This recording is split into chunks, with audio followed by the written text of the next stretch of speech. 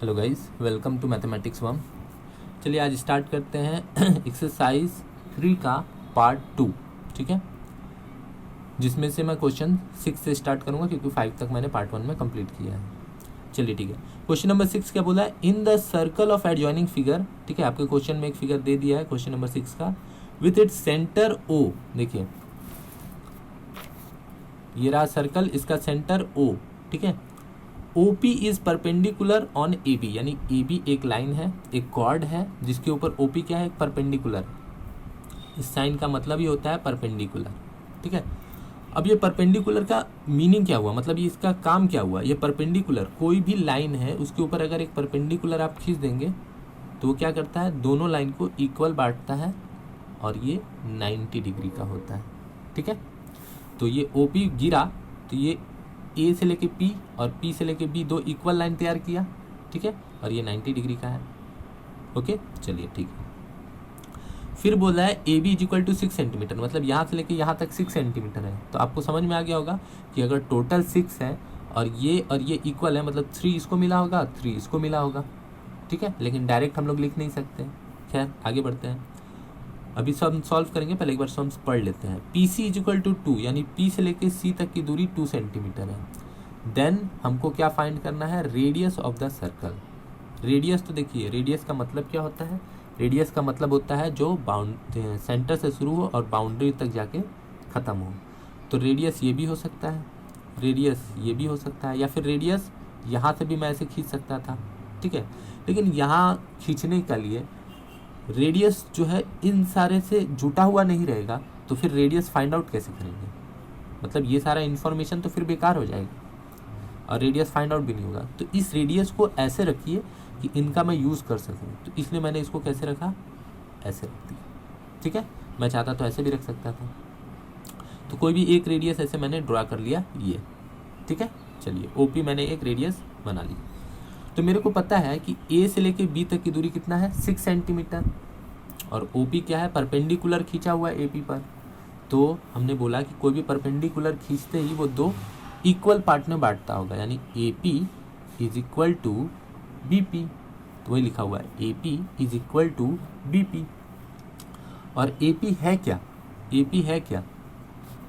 AB का half, AB का half, तो हाफ ऑफ AB, तो हाफ ऑफ AB यानी कि 3 सेंटीमीटर।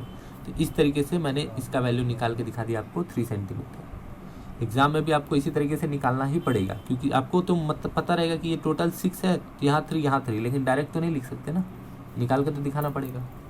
तो आपको ये पता चल गया कितना है? 3। अच्छा, रेडियस हमको पता नहीं है। ठीक है, रेडियस हमको पता नहीं है, तो रेडियस को मैंने क्या मान लिया? x।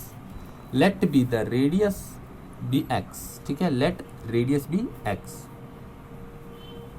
तो यानी कि O से लेके A एक रेडियस है जो कि x हो गया, और O से लेके C भी तो एक रेडियस है, ये भी तो एक रेडियस है, तो O से लेके C भी तो मेरा एक x हो गया। तो आप बताइए, O से लेके C तक x है, P से लेके C तक 2 है, तो O से लेके P तक क्या होगा? समझ में आ रहा है मैं क्या बोल रहा हूँ? यहाँ से लेके यहाँ तक x है, यहाँ से लेके यहाँ तक 2 है, तो यहाँ से लेके यहाँ तक क्या होगा? टोटल में से इस 2 को माइनस कर दीजिए, यानी कि x माइनस 2। ठीक है, तो यानी कि वही मैंने निकाला है, therefore OP is equal to x minus 2। अब मुझे ये पता चल गया, मुझे ये पता चल गया, मुझे ये भी पता है, तो मैं पाइथागोरस थ्योरम बैठा दूँ। तो बाय पाइथागोरस थ्योरम, ठीक है, इन ट्रायंगल OPA, आप ये भी बता दोगे कि कौन से ट्रायंगल का पाइथागोरस निकाल रहे हो। ठीक है, क्योंकि ट्रायंगल वहाँ पर बहुत सारा तैयार हो जाएगा। तो इन ट्रायंगल OPA का मैं बात कर रहा हूँ। तो पाइथागोरस का फॉर्मूला क्या होता है? हाइपोटेनियस का whole square is equal to base का होल स्क्वायर प्लस परपेंडिकुलर का होल स्क्वायर। तो हाइपोटेनियस मेरा क्या है? OA, तो OA का स्क्वायर। बेस मेरा क्या है? PA या फिर AP, तो AP का स्क्वायर। और परपेंडिकुलर मेरा क्या है? OP, तो OP का स्क्वायर। समझ में आया? अब वैल्यू पुट अप करते हैं। OA को मैंने तो x मान लिया था, तो OA is equal to x। ठीक है, ए पी का वैल्यू तो मेरा 3 निकला था, तो A P is equal to 3 का स्क्वायर। ओ पी जो है वो मेरा x माइनस 2 निकला था, O P is equal to x minus 2 का होल स्क्वायर। ठीक है, अब बस इसको सॉल्व कर देना है। तो x का square is equal to x का स्क्वायर, 3 का square is equal to 9 plus x minus 2 का होल स्क्वायर, यानी कि a माइनस बी का होल स्क्वायर। इसको फॉर्मूला में मैंने तोड़ दिया, a square minus 2ab plus b square, a square minus 2ab plus b square. फिर इसको मैंने ब्रैकेट से बाहर निकाला। ठीक है, 9 4 मिलके 13 बना, ये एक्स स्क्वायर से ये एक्स स्क्वायर कट गया, माइनस 4x, 13 उधर जाएगा तो माइनस 13 हो जाएगा, माइनस से माइनस कट गया, 4 इधर आएगा तो 13/4 डिवाइड करने पर आया x का वैल्यू 3.25। तो देयरफॉर x हम लोग क्या माने थे, रेडियस माने थे ना, रेडियस 3.25 सेंटीमीटर। ठीक है, चलिए क्वेश्चन नंबर 7।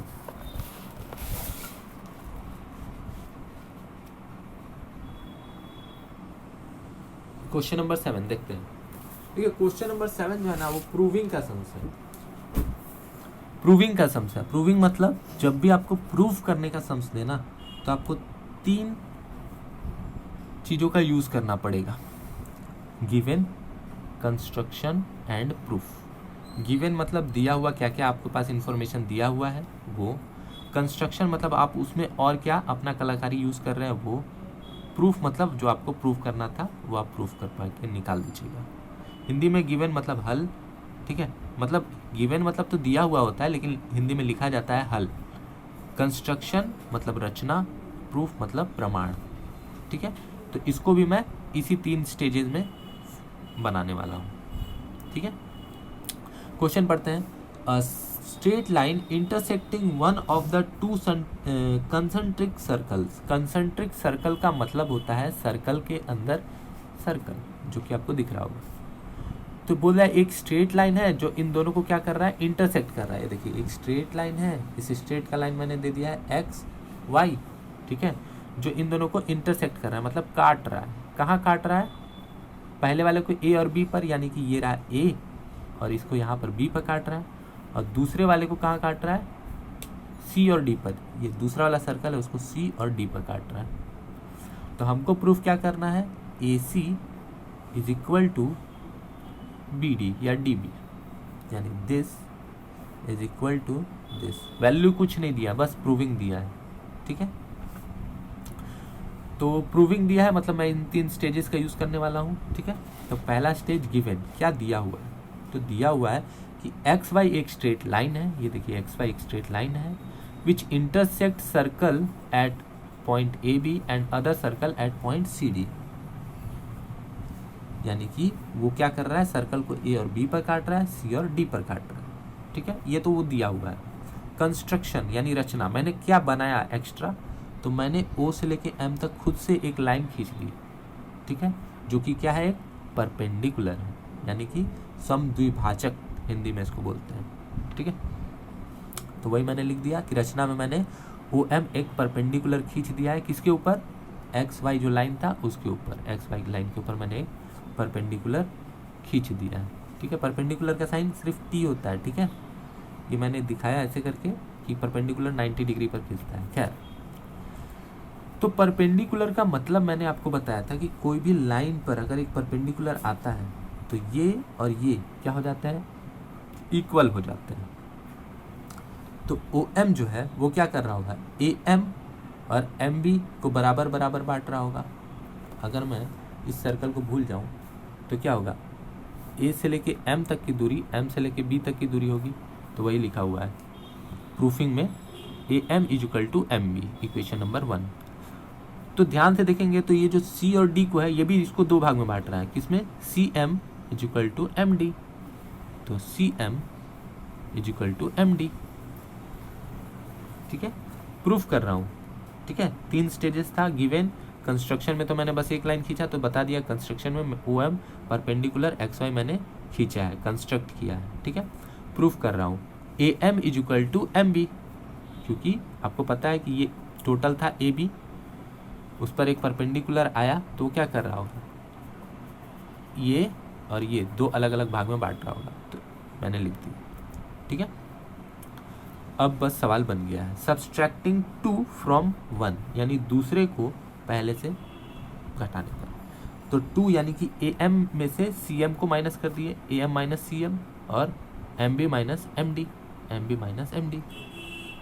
तो AM में से CM जाएगा। अब थोड़ा ड्राइंग में आइए, AM में से CM कट हो गया तो क्या बचा है, AC बचा ना।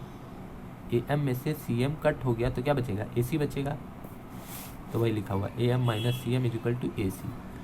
MB माइनस MD क्या होगा, ड्राइंग में फिर से आइए, MB में से MD कट हो गया तो क्या बचा, DAB या BD जो भी बोल लो, तो BD।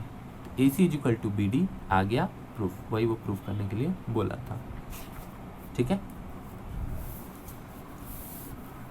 Next question number 8। Question number 8 भी थोड़ा सा अलग ही टाइप का सम्स है। देखिए, बोल रहा है कि प्रमाणित करना है क्या। हम लोग ने क्या सीखा कि परपेंडिकुलर जो आता है, मतलब एक सर्कल है, ठीक है। पहले मैं कुछ बता देता हूँ, उसके बाद सम्स को करूँगा। इस सर्कल में एक कॉर्ड खींचा हुआ था, ठीक है। एक परपेंडिकुलर आया, ये परपेंडिकुलर हमेशा कहाँ से आएगा, सेंटर से होते हुए आएगा, ठीक है। परपेंडिकुलर तो यहाँ से भी आ सकता था, तो क्या ये दो भाग में बांटेगा, नहीं, सेंटर से होते हुए आएगा, तब जाके ये दो भाग में इसको बांटेगा, ठीक है। ये तो दो भाग में बट गया, क्या ये दो भाग में बटा, बोले कि नहीं सर, ये यहाँ से लेके यहाँ तक बड़ा लग रहा है, यहाँ से लेके यहाँ तक छोटा लग रहा है। तो ये कब बटेगा इक्वली, जब कोई इसको भी कोई बीच में से काट देगा। समझ में आ रहा है। तो वही वो पूछ रहा है कि प्रूफ करिए कि दो जो मतलब कॉर्ड्स हैं एक दूसरे को इक्वली तभी काट पाएंगी जब दोनों क्या हो, रेडियस हो। आपको पता है ना, सेंटर से जो जाता है उसको रेडियस बोलते हैं। वीडियो नंबर 1 देखिए, ठीक है। तो देखिए, ये रहा मेरा सर्कल, प्रूफ करना है, कुछ बताया नहीं है, बस प्रूविंग दे दिया है।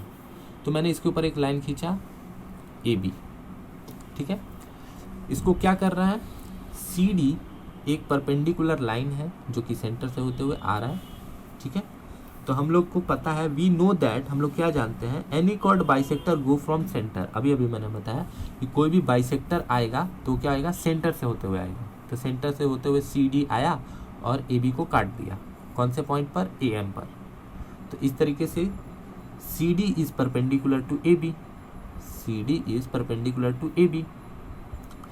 तो AB is equal to MB, AB is equal to MB, but CM is not equal to MD, CM is not equal to MD, क्योंकि इसको, ये लाइन को भी तो ये काटा है, लेकिन ये इक्वली तो नहीं काटा है ना, यहाँ से बड़ा है, यहाँ पर छोटा है। अब कंस्ट्रक्ट, मैं क्या कर रहा हूँ, एक रचना कर रहा हूँ। क्या कर रहा हूँ, एक और लाइन खींच रहा हूँ, EF। क्या लाइन खींचा, EF। तो वही लिखा मैंने, अ cord EF which is perpendicular, EF जो है वो परपेंडिकुलर है किसके ऊपर, CD के ऊपर। तो EF जो है परपेंडिकुलर है CD के ऊपर। तो यहाँ पर आप देख सकते हैं कि CN is equal to ND, तो CN is equal to ND। और साथ में ये भी देख सकते हैं कि ये भी सेंटर से आया है, तो ये भी इसको दो भाग में बांटेगा।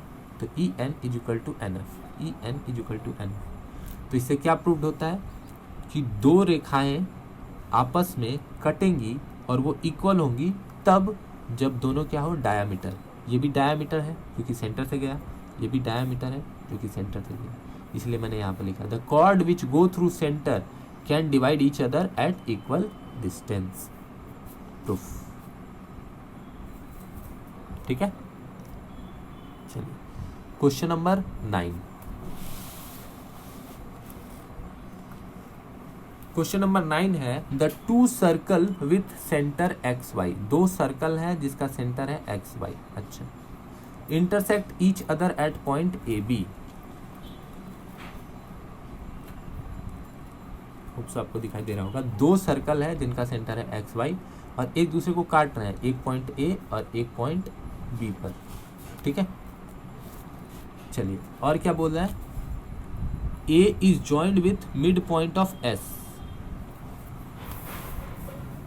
मतलब एक्स वाई एक लाइन खींचा हुआ है, ठीक है, और ए को बढ़ा करके क्या किया गया है, एक्स वाई के ऊपर परपेंडिकुलर खींच दिया गया है, जो कि कौन से बिंदु पर काटता है, एस पर काटता है, एस। अब क्या बोल रहा है, through S A point A is drawn, मतलब ऐसे से जो ए है उसको ड्रॉन किया गया है दोनों सर्कल के बाउंड्री पर, पी एंड क्यू। ये मैं नहीं बोल रहा, ये क्वेश्चन ही बोल रहा है। Intersect at two circle at point P and Q, P and Q जो है दो सर्कल तक बढ़ा दिया गया है, यानी ये ड्राइंग बता दिया है वो। आपको प्रूफ करना है P A is equal to Q A या ए क्यू, ठीक है। तो पहले मेरे को क्या क्या गिवन है, गिवन है कि P A is equal to, P A और A Q are chords of the two circle, P A और ए क्यू क्या है, दोनों कॉर्ड्स हैं, कॉर्ड्स है ना, इस सर्कल का कॉर्ड है पी ए और इस सर्कल का कॉर्ड है ए क्यू, तो वही लिखा हुआ है। From centre x why a perpendicular is drawn, देखो एक्स वाई से एक परपेंडिकुलर ड्रॉन हुआ है जिसका नाम क्या है, ए एस, तो A S is perpendicular on X Y, ये तो वो बता दिया है। कंस्ट्रक्ट मैं क्या कर रहा हूँ, मैंने खुद से क्या किया, एक्स से एक परपेंडिकुलर खींच दिया एम, पी ए के बीच में एक एक्स एम परपेंडिकुलर खींच दिया, तो मैंने यहाँ पर कंस्ट्रक्ट कर दिया है X M is perpendicular on P A, जो पी ए है ना उसके ऊपर एक्स एम मैंने एक परपेंडिकुलर खींच दिया है बाय कंस्ट्रक्शन। उसी तरीके से ए क्यू पर भी मैंने एक परपेंडिकुलर खींच दिया जिसका नाम है वाई एन, तो Y N is perpendicular on Q A by construction. तो आपको क्या दिख रहा होगा कि this is equal to this, A M is equal to A N, ठीक है, A M is equal to A N, तो वही यहाँ पर मैंने लिखा है A M is equal to A N, equation number 1। अच्छा, जो ए एम है वो क्या है, पी ए का हाफ है, ए एम है वो पी ए का हाफ है, तो मैंने लिखा A M is equal to half of P A या फिर ए पी। उसी तरीके से जो कहा गया ए एन है वो क्या है, क्यू ए का हाफ है, ए एन है वो क्यू ए का हाफ है, तो मैंने लिख दिया A N is equal to half of Q A. Now हमको क्या पता है, A M is equal to A N, A M का वैल्यू हम निकाले हैं half of A P, A N का वैल्यू निकाले हैं half of Q A, half से हाफ कट गया, A P is equal to Q. Proof करने के बहुत तरीके हो सकते हैं, बहुत ज़्यादा, ठीक है, एक तरीका नहीं है, बहुत सारा तरीका है। मैं आपको इजी वे में सिखाने की कोशिश कर रहा हूँ, ठीक है, हो सकता है कोई और आपको दूसरे तरीका से सिखाए, तो ये मत सोचिएगा कि ये तो अलग तरीका या ये अलग तरीका है, प्रूफिंग के बहुत सारे तरीके हो सकते हैं, ठीक है। खैर A P is equal to Q A proof होगी। आते हैं आज का लास्ट क्वेश्चन, क्वेश्चन नंबर 10। बोल रहा है two parallel chords A B and C D with length of 10 centimetre and 24 centimetre in a circle are situated on the opposite side of the centre. मतलब ये रहा मेरा सर्कल, एक 24 centimetre और एक 10 सेंटीमीटर अपोजिट साइड में खींचा हुआ। चलिए ठीक है। और क्या बोला है, if the distance between chord and A B and C D, यानी कि ए बी और सी डी के बीच का डिस्टेंस, यानी यहाँ से लेकर के यहाँ तक कितना है, 17 सेंटीमीटर। तो बोल रहा है find out the radius of the circle, आपको रेडियस फाइंड आउट करना है। देखो ये सम्स थोड़ा सा बड़ा होगा, ठीक है। आपको दिख क्या रहा है, सी डी के ऊपर एक परपेंडिकुलर मैंने खींचा, क्या था, ओ एम, तो O M is perpendicular on C D. तो सी डी से क्या हुआ, सी एम और एम डी दो इक्वल इक्वल पार्ट निकले, सी एम और डी एम एक अलग अलग इक्वल इक्वल पार्ट निकले, और सी एम है क्या, पूरा सी डी का हाफ है ना, तो C M is equal to half of C D, यानी कि टोटल 24 था, तो ये कितना निकला, 12, ठीक है, ये आपको पता चल गया 12। एम एन, एम से लेके एन तक की दूरी टोटल यहाँ से यहाँ तक कितना है, 17 सेंटीमीटर। लेकिन मुझे सिर्फ ये चाहिए, तो मैं क्या करूँगा, मान लेता हूँ O N is equal to X, यहाँ से लेके यहाँ तक की दूरी क्या है, X. O N is equal to X, यहाँ से यहाँ तक की दूरी एक्स है, तो यहाँ से लेके यहाँ तक की दूरी क्या है, टोटल 17 थी, जिसमें से ये वाला माइनस कर दें, यानी कि 17 में से x माइनस कर दें तो ये बचेगा। तो ओ एम की दूरी क्या हो गई, 17 माइनस एक्स। ठीक है, तो आपको ये पता चल गया, आपको ये पता चल गया, तो आप ये रेडियस निकाल सकते हैं। तो बाय पाइथागोरस थ्योरम, इस साइड मत देखिएगा, ठीक है, by Pythagoras theorem in triangle O M C, तो ओ एम सी में क्या हुआ, ओ सी यानी कि hypotenuse is equal to M C यानी कि बेस का square plus O M perpendicular का स्क्वायर। ओ सी का वैल्यू तो पता नहीं था, एम सी का वैल्यू पता था, सी एम 12। ओ एम का वैल्यू मैंने निकाल लिया था 17 माइनस एक्स, 17 माइनस एक्स, इसको सॉल्व किए तो ये आया, इससे आगे सॉल्व हो नहीं सकता। ठीक है, बोलोगे सर फैक्टराइजेशन कर देते हैं, क्यों करेंगे फैक्टराइजेशन,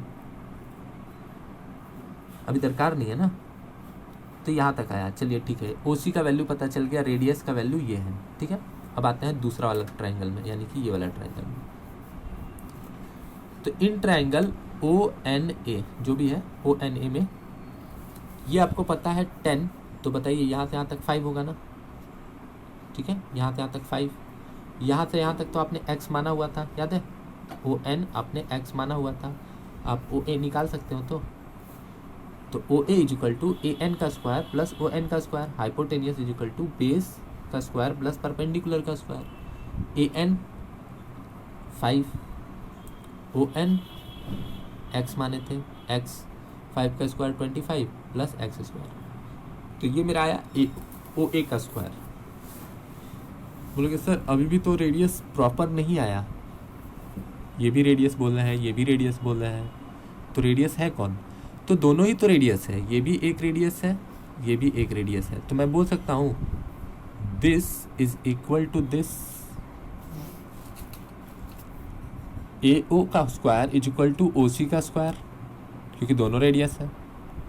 अब ए ओ के नीचे 25 प्लस एक्स स्क्वायर और ओ सी के नीचे 433 minus 34 plus x square, x square से एक्स स्क्वायर कट गया, 433 इधर आएगा माइनस 433, माइनस करके कितना आया माइनस 408, और इधर क्या बचा था माइनस 34, इसका माइनस इसके माइनस को कट कर दिया। अब 34 कहाँ जाएगा, इसके नीचे डिवीज़न में काटेगा, तो x का वैल्यू कितना आएगा 13 सेंटीमीटर। ठीक है, छोटा सा वीडियो है 20 मिनट 22 मिनट का, तो इसको आप वापस से एक बार देख लीजिए। ठीक है, चलिए आज के लिए इतना ही, नेक्स्ट में करेंगे 11 से।